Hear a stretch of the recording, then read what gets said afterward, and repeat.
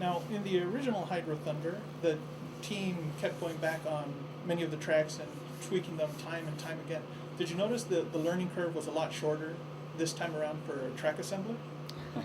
I wish that were the case. No, we threw out entire tracks on this project as we did with Hydro Thunder. You know, it's just making video games. It's a very creative process, and it's not a scientific process that you can say, all right, this is exactly what the turn's going to be like. And it's a lot of endless iteration, little tweaks. I can't even emphasize how many times we open up the track file and tweak, bring in players, have them play it, address the area. So there's a lot of iterations. So no, I don't think the iteration time was any less. I think actually it was far more on H2Overdrive than it was on Hydro Thunder, because the game, there's so many more gameplay mechanics on this game than Hydro had. So just tweaking everything, balancing everything to get it just right, it was a huge task.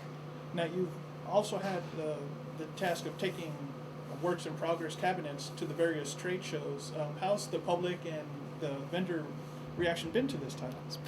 It's been really positive. We're thrilled. I mean, when we first debuted the game over at ATE, this had never occurred to me, but we actually had operators coming up to us and thanking us, for developing a game, of this caliber. For us, we were just making a game that was really fun and cool and that we all wanted to see. But I think there's much more to it in terms of what it can bring to the industry. And it's an industry that's not super strong right now.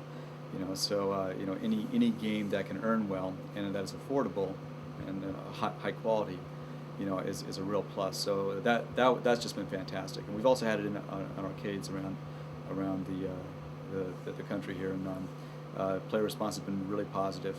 We get earnings reports, and the game's been earning really well.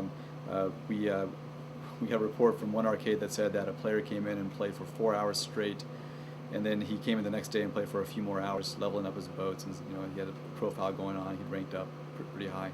So I mean that really pumps up the team, hearing things like that. Now, which other shows? I heard that it even did a tour at a couple of arcades in the Middle East, and has it been featured in Japan yet? No, that is something that we're looking at right now, though.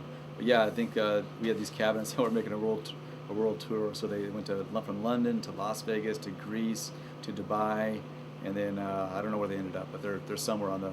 I think they actually might be in China right now.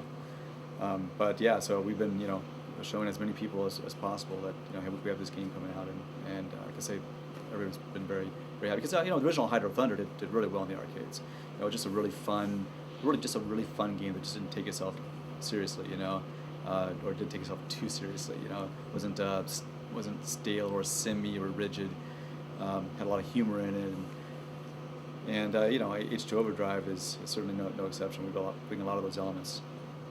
Again, with all these additional gameplay features and the great graphics and stuff like that. So. Now, this is a real graphics powerhouse. You mentioned an NVIDIA chipset. About how powerful would a home PC have to be to run something comparable? Well, that's what's interesting. The graphics hardware is actually pretty powerful. It's a GeForce 9800 GT, which is pretty high end for like the consumer market. Certainly very powerful, But the PC itself, the CPU, the PC that the graphics card goes into, is actually pretty low end. And the reason is because we pump a lot of the operations, a lot of the computations onto the graphics card. And that combination is kind of an odd combination. Like you probably couldn't go to a store, Dell or something, and say, hey, I want a super high-end graphics card with a low-end PC. It just doesn't make much sense for a home system. But yeah, I mean, if you're trying to get the equivalent, you spend a few bucks on it. Now you're also putting this through some rather large displays. Can you tell us a little bit about these LCDs? Yeah. So these are they're 42-inch LCD screens. We're running out of resolution.